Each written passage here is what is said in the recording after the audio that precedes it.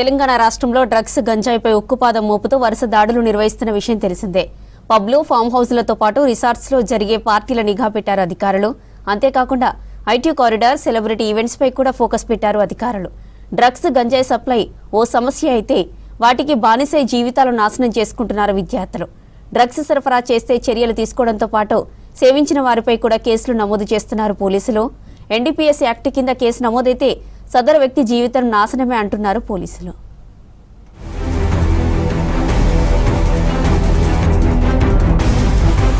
Drugs, గంజాయికి యువత అలవాటు పడిపోతున్నారు. పట్టణాలు, నగరాల్లో డ్రగ్స్ సేవిస్తుంటే పల్లెల్లో గంజాయి సేవిస్తున్నారు యువత. మాదక ద్రవ్యాలు సేవించే వారిలో ఎక్కువగా డిగ్రీ, బీటెక్, సాఫ్ట్వేర్, డాక్టర్స్ ఉన్నట్లు గుర్తించారు అధికారులు. డబ్బున్నవారు కొకైన్, ఎండీఎంఏ ఇతర రాష్ట్రాల నుండి తీసుకువచ్చే పెడ్లర్ల వద్ద కొనుగోలు చేస్తుంటే గాంజాయి లోకల్గా కొనుగోలు చేస్తున్నారు మరికొంతమంది. ఇలా డ్రగ్స్, గంజాయి బారిన పడి బానిసైపోతున్న కన్స్యూమర్స్ పై నిఘా పెట్టారు అధికారులు. వివిధ కేసుల్లో పట్టుబడిన పెడ్లర్లు ఇచ్చిన సమాచారం ఆధారంగా డ్రగ్స్ ఎవరు సేవిస్తున్నారనే వారిని గుర్తించే పనిలో ఉన్నారు అధికారులు.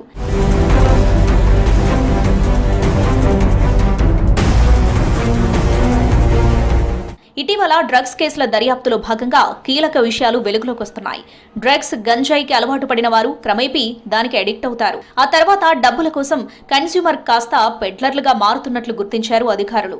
పెడ్లర్లుగా మారితే డబ్బు వస్తుంది, సేవించడానికి డ్రగ్స్ కూడా వస్తాయని భావిస్తున్నారు. దీంతో చాలా మంది విద్యార్థులు కన్స్యూమర్స్ నుండి పెడ్లర్లుగా మారుతున్నారు.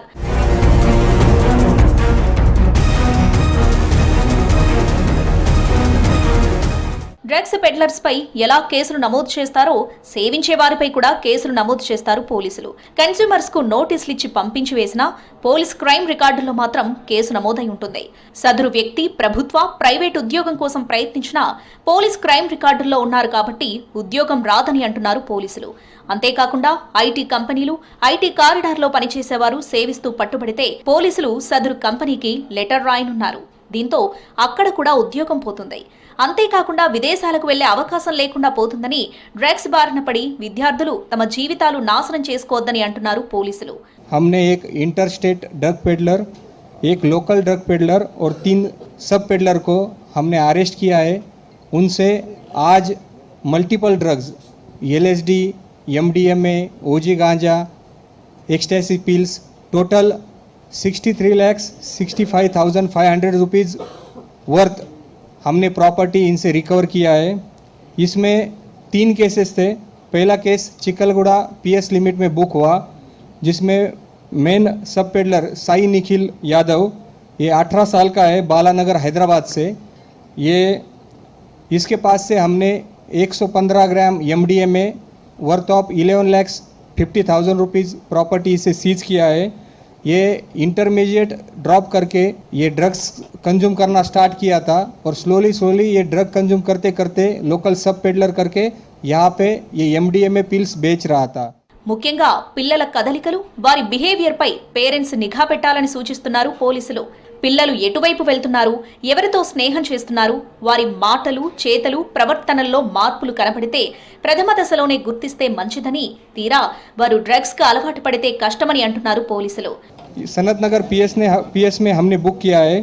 इसमें हमने 2 एक्यूज को अप्रेंड किया है. पहला एक्यूज इंटर स्टेट पेडलर है सीमाचलम alias साई alias सिद्धार्थ.